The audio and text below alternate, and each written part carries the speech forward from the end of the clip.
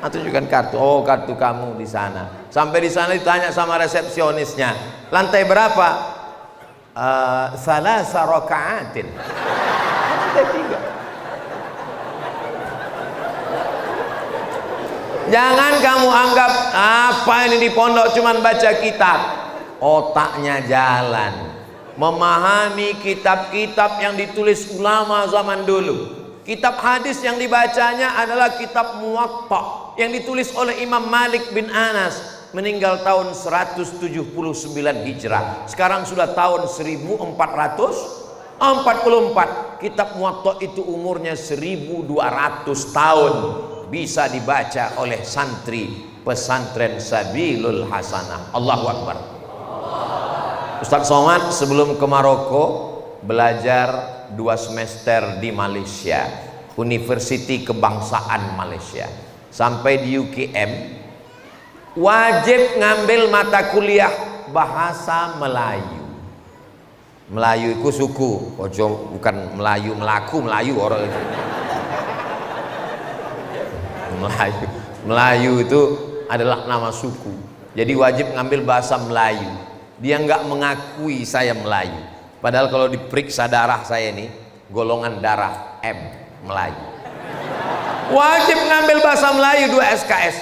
Nama dosennya Cik Rusdi. Tahun 2003. Sekarang sudah tahun 2023. Saya belajar 2003, 20 tahun yang lalu. Dosennya masuk kelas, dia bawa 1 lembar manuskrip tulisan tangan sastra Melayu. Saya mau tes kamu semua. Apakah kamu orang Melayu? Ini saya bawakan. Kami baca manuskrip Melayu, umurnya 100 tahun yang lalu. Nggak ada yang paham. Padahal orang Melayu dites manuskrip Melayu, umur baru 100 tahun nggak paham. Tapi anak di pesantren membaca kitab Muwatta Imam Malik 1200 tahun paham. Membaca kitab Sahih Al-Bukhari, Imam Bukhari meninggal tahun 256. Umur kitab itu 1100 tahun.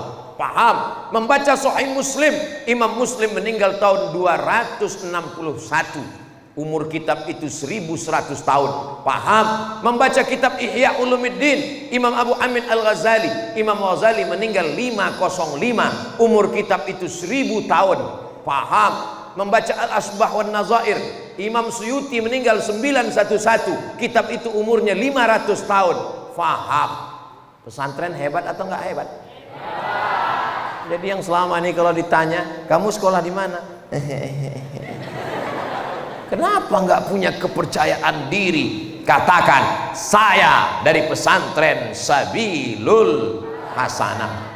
Apa hebatnya Sabilul Hasanah? Kamu berdoa tiap hari berapa kali, Rabbana atina fid dunya hasanah wa fil akhirati hasanah. Tahu kamu jalan hasanah? Enggak tahu. Saya aja baru malam ini sampai kemari. Banyak yang tahu hasanah, tapi enggak semua tahu jalan menuju hasanah. Kalau mau tahu, datanglah ke Sabilul Hasanah. Allahu Akbar. Dia iklan itu memang setiap 15 menit sekali. Siapa yang bisa menjaga anaknya dari mulai bangun tidur sampai tidur lagi? Nggak ada. Ibu-ibu sanggup mengontrol anaknya dari bangun tidur sampai tidur lagi? Nggak ada. Yang bisa menjaga itu tinggal pondok pesantren. Saya satu kamar waktu jadi dewan juri musabaqah tilawatil Quran dengan Pak Doktor dosen UIN.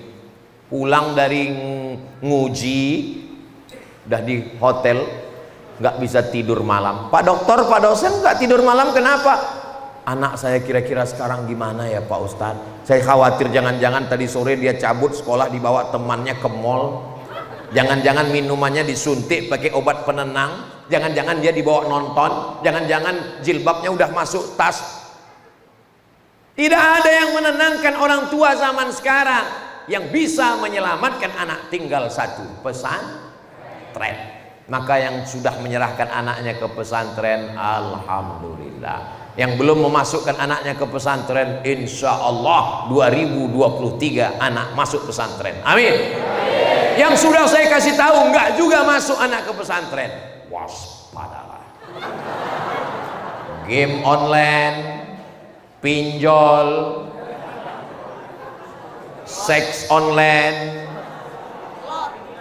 oh macam-macam. Nauzubillah, nauzubillah.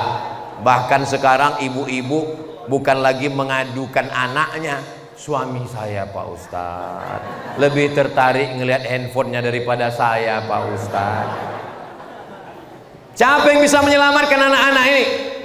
Polisi di negara kesatuan Republik Indonesia tidak sesuai lagi jumlahnya dengan rakyat Indonesia. Kalau mau diangkat lagi penerimaan, terlalu besar, bengkak APBN APBD kita. Lalu bagaimana cara mengatasinya? Supaya beban bapak-bapak dari kepolisian, Kapolsek, Kapolres, Kapolda, Kapolri ringan. Solusinya masukkan ke pesantren.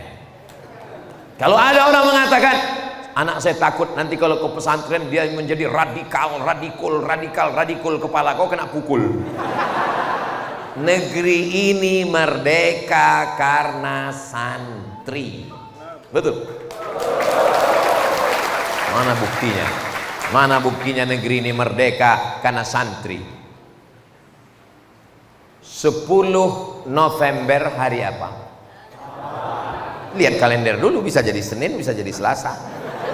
10 November hari pahlawan. Pahlawan yang menumpahkan darahnya, rela mati mengusir Belanda, hartanya, rumahnya, nyawanya melayang. Orang mau rela mati demi untuk mengusir Belanda, itu yang ngajarkan begitu siapa? Kiai. Kenapa mereka rela mati 10 November? Karena mereka dapat fatwa resolusi jihad dari Hadratus Syekh Muhammad Hashim Asy'ari pada tanggal 22 Oktober. Dari 22 Oktober ke 10 November, 18 hari disosialisasikan. Kalau kamu mati ditembak Belanda masuk surga. Kalau kamu mati ditembak Belanda bebas hisab. Kalau kamu mati ditembak Belanda nggak kena azab kubur. Kalau kamu mati ditembak Belanda, kamu akan mati syahid langsung masuk surga. Itulah yang membuat mereka berteriak, serang Belanda! Mati. Akhirnya pulang semua Belanda ke Amsterdam, tinggal terong Belanda.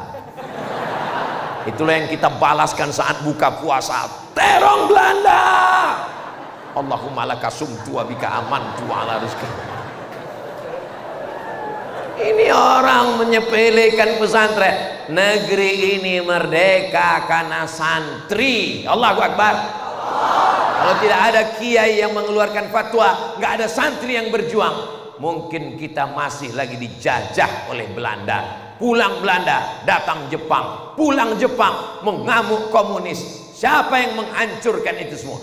Makanya sila pertama adalah untuk santri. Pancasila, satu ketuhanan yang Maha Esa.